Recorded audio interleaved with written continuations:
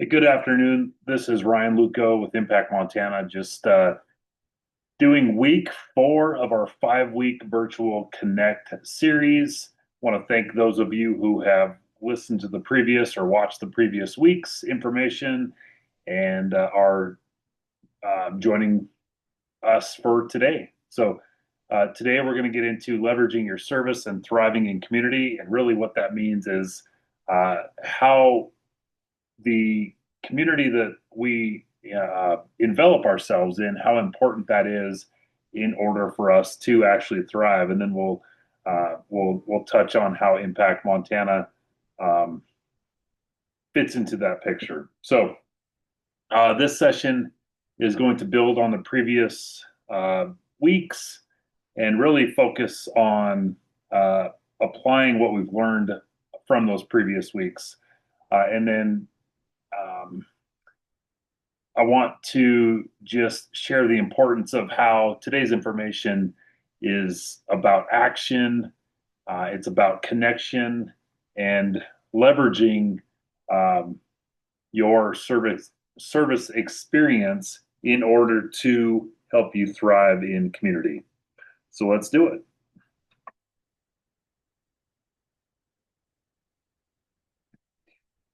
So as I just mentioned, today's information is about moving forward uh, from knowledge to action. So taking what we've learned and applying it in our lives. And hopefully you've already been able to do some of that, but that's what we're really going to emphasize and encourage today.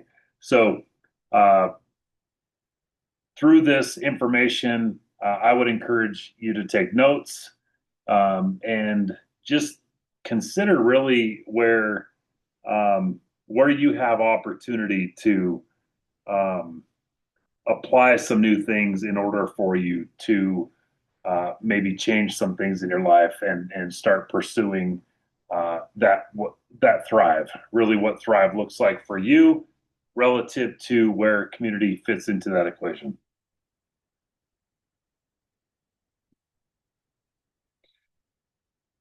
So previously, we've discussed the Impact Montana Thrive factors, right?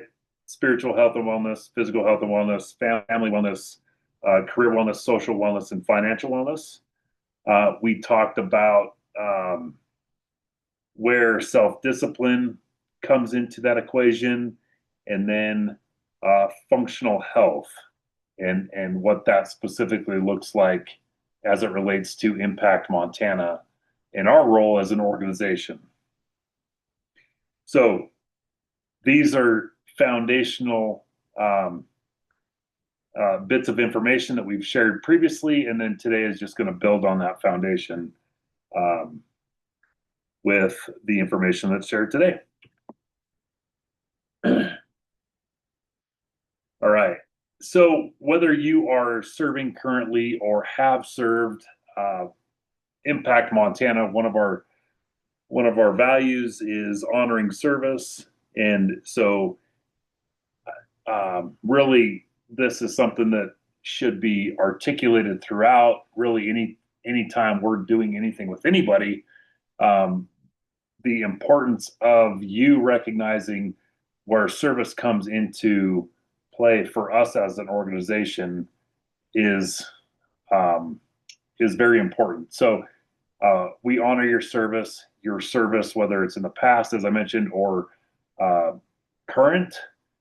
Your service matters. It matters incredibly to us, and that's why we do what we do. So you bring a lot of value, and these bullet points don't even begin to emphasize the value that you bring. But when it comes to leadership uh, in community, whether that's on your team or just the community in general, there's certainly applicability there for your service, resilience. You've had to be resilient throughout your service, um, your teamwork.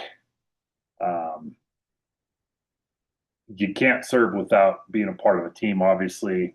And so, whether that's in the past, as I've mentioned, or whether that you've disconnected from service, teamwork is still a valuable component to how you fit into community and then certainly mission focus.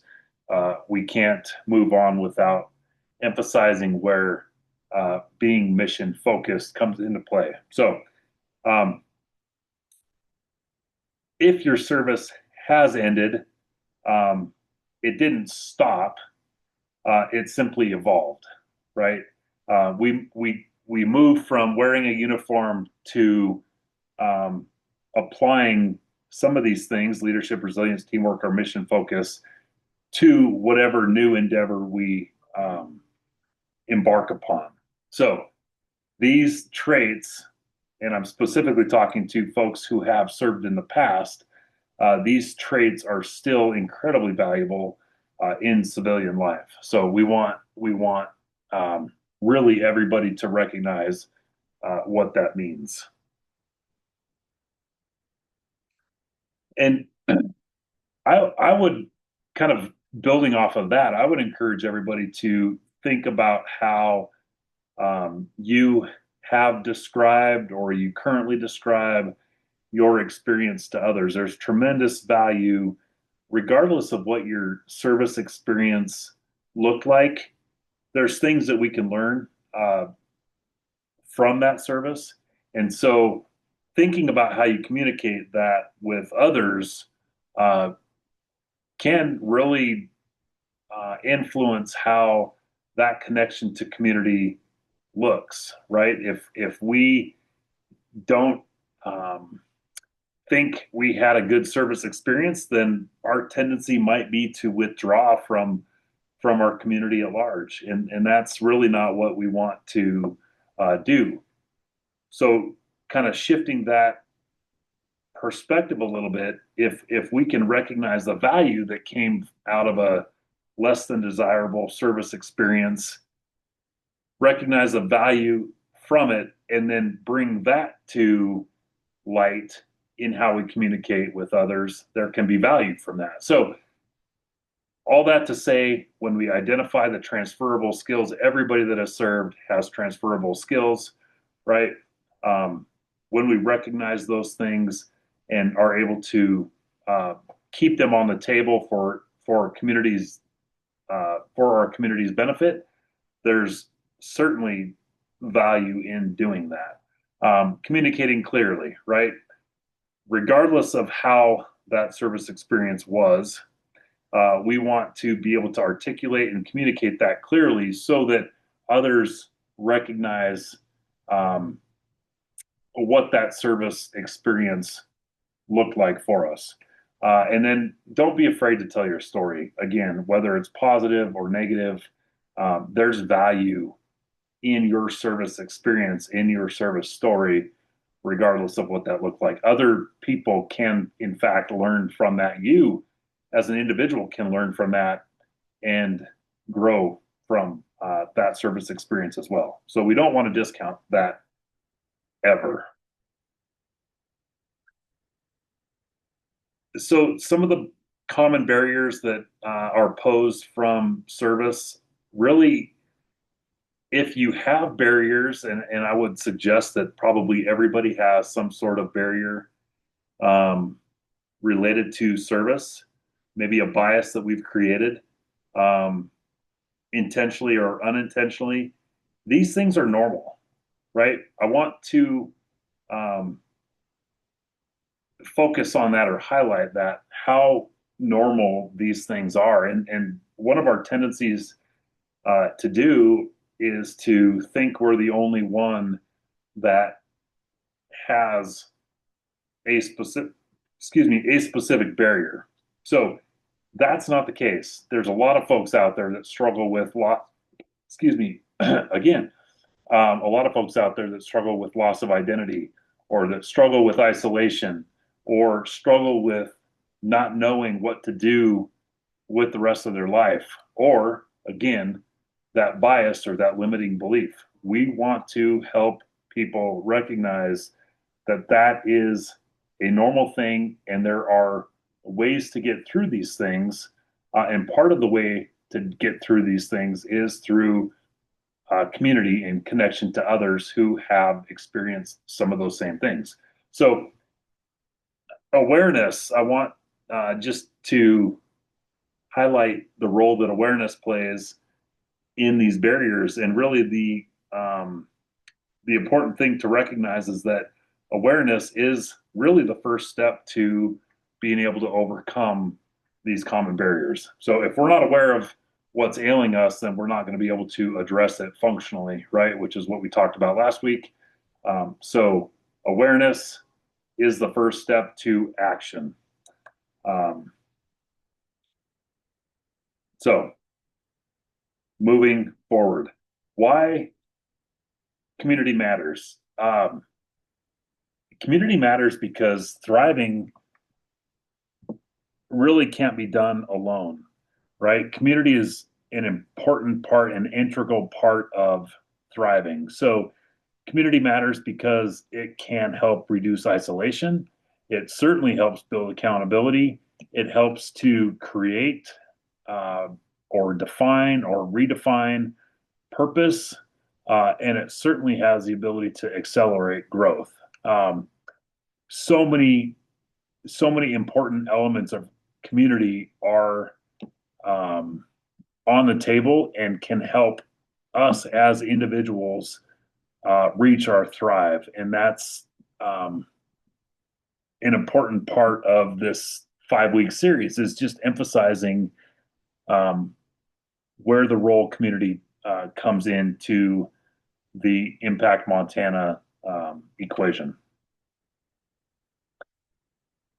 So extending on that a little bit, types of community, obviously this is, it goes without saying, but it's important to just bring to light. Um, Family, veteran or peer groups, professional networks, and certainly faith and service groups.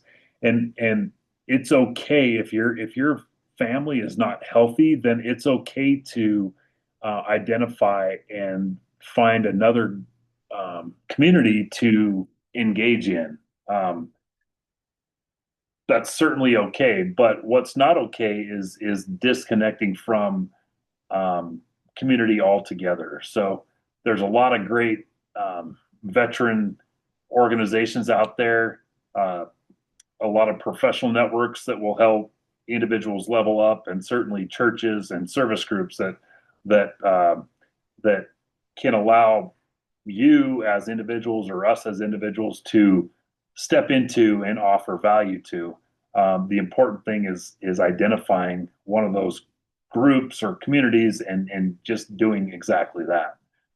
Impact Montana certainly welcomes people to step into our community, and that's kind of um, the big vision for the organization itself is to build a community of supporters that are surrounding those who have served. So individuals, businesses, um, other organizations all have the ability to wrap their arms around and their love around, um, the folks that we serve through our programming and training and all of those things. So um, just want to highlight that Impact Montana itself is certainly a model of what a community looks like, and we welcome anybody to step into that as you're interested.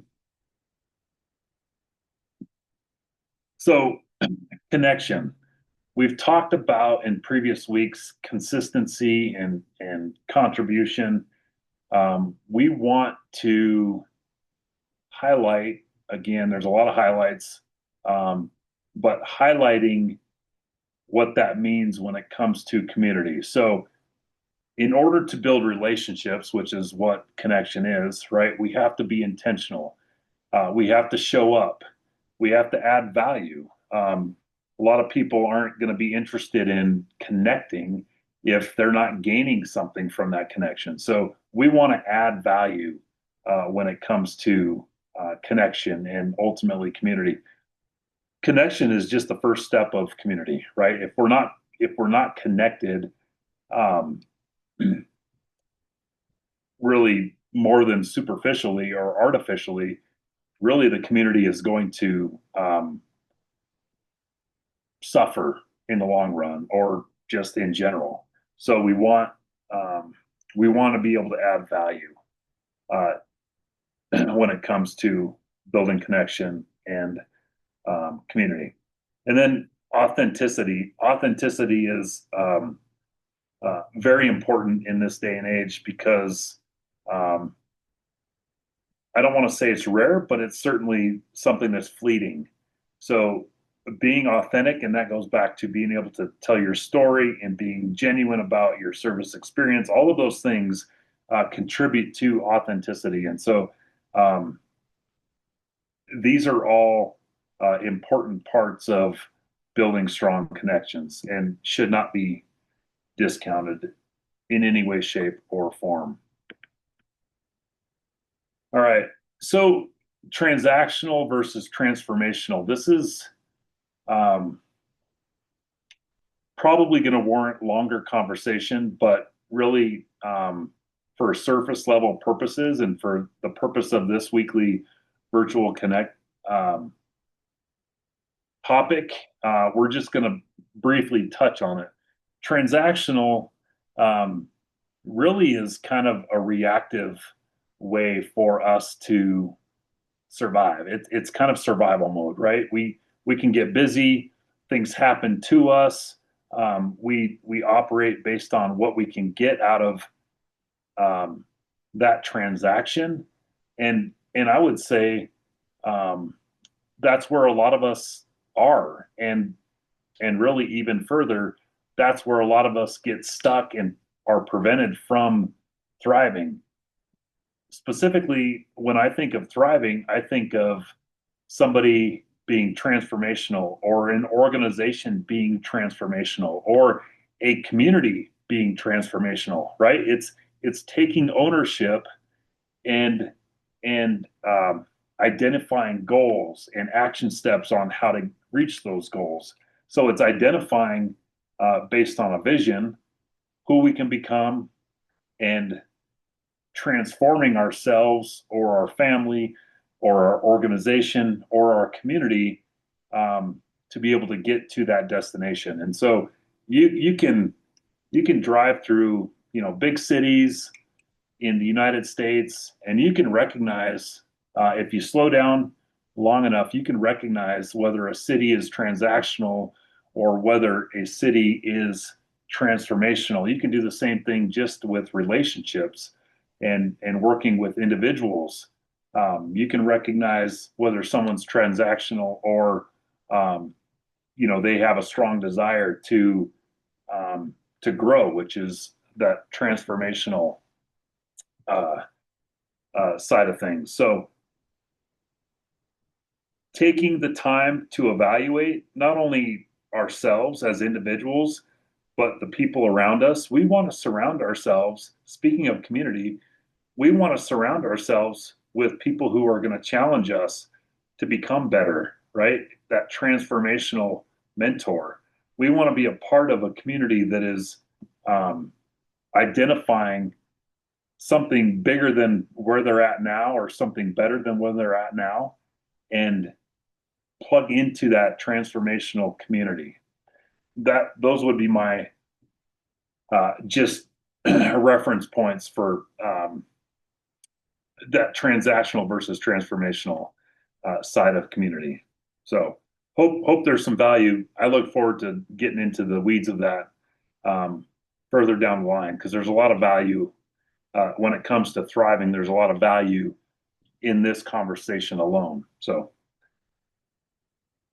moving forward, really ownership. We've talked a lot about ownership, uh, owning where we're at, owning where we want to be, right? Having domain over that.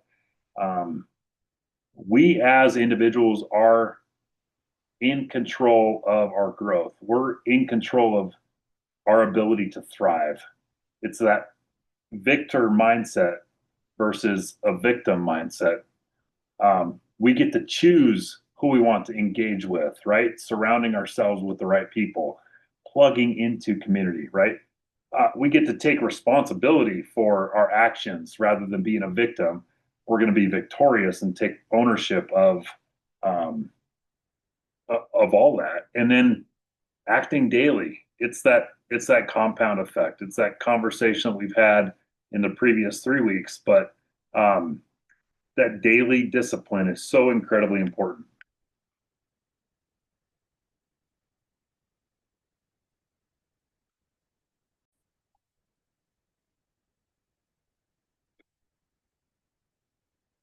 So, community as it relates to Impact Montana, I've referenced that. Um, it's always going to come back. These conversations are always going to come back to what this means for Impact Montana. So, as I mentioned previously, our big picture is based on community, right? Um, so, community is there to support the work that we're able to do, right? Our mission, and that consists of programming and training. It consists of the life coaching that we have the ability to provide. That goes back to events like the Montana Warrior Run here in Helena coming up in a couple weeks. That event is a microcosm of our community. Um, Peer support, right? It's that connecting with people who have shared experiences and can provide value to each other in order to level up. And then certainly Impact Montana has opportunities to serve. So if you have interest in those conversations about what specifically this means, please don't hesitate to reach out because we would love to have you step in or plug into the work that we're doing and add value. All right, some action steps for the day before we wrap up. So my encouragement for anybody watching this is really to identify three strengths, right? So um, this is broken down simplistically, simply. Ha, there we go, simply. Um, so before the next virtual connect next week, my encouragement for you guys is to identify three strengths, um, determine what communities you have an interest in stepping into, and then engage with one. Reach out to them, learn more about specifically the work that they do, and see if it's a good fit for you. And then do that until you find the right fit. So there's tremendous value in not just um, taking the first, organization or, um, whatever it is, body or community. You don't necessarily want to just try to plug into the first one. It might not be a good fit. So, um, work on that until you can find a community that you have shared values with, that you feel like you can connect with, and then engage with them. And then from there, reach out to two other people. So it might be family members who have served, it might be peers, it might be neighbors. Just for action steps, reach out to two people. Um, Ask them if you can have coffee or something just to do socially to connect with them in and yeah, you don't have to spend several hours with anybody, but um, connect with two people and see what you can gain from that experience. And then last, because this is a recording, this is really just for you to kind of think about, but where are you currently engaged as it relates to, socially, right? Plugged into as a community? Where are you engaged? Um, what's holding you back from maybe engaging with a specific community or a group? Is it a bias that you've created on your own, unintentionally or intentionally? Um, we definitely want to avoid the isolation, the thinking that we're on our own little island and struggling, because that's certainly not the case.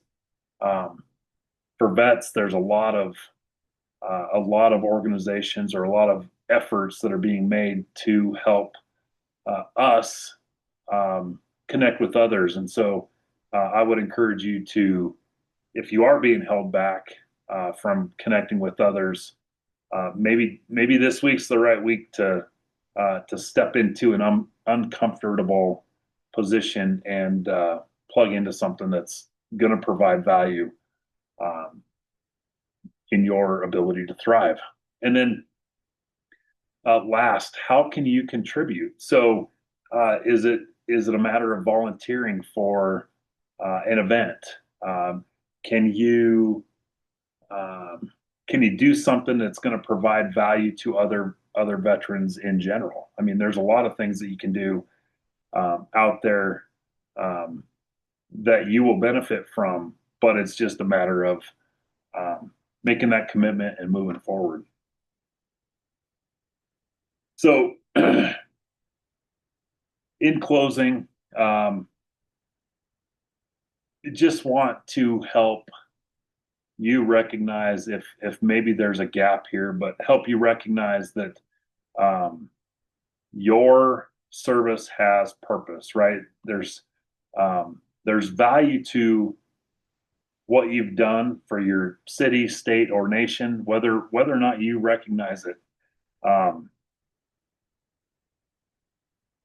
Plugging into or being a part of a community fuels growth, and growth ultimately leads to thriving. So um, that's our objective as an organization, is to help you identify what that thrive looks like for you, and then um, to provide the means for you to be able to get there. And then last in this conversation is that, just like all the other weeks that we've talked about, the importance of choosing.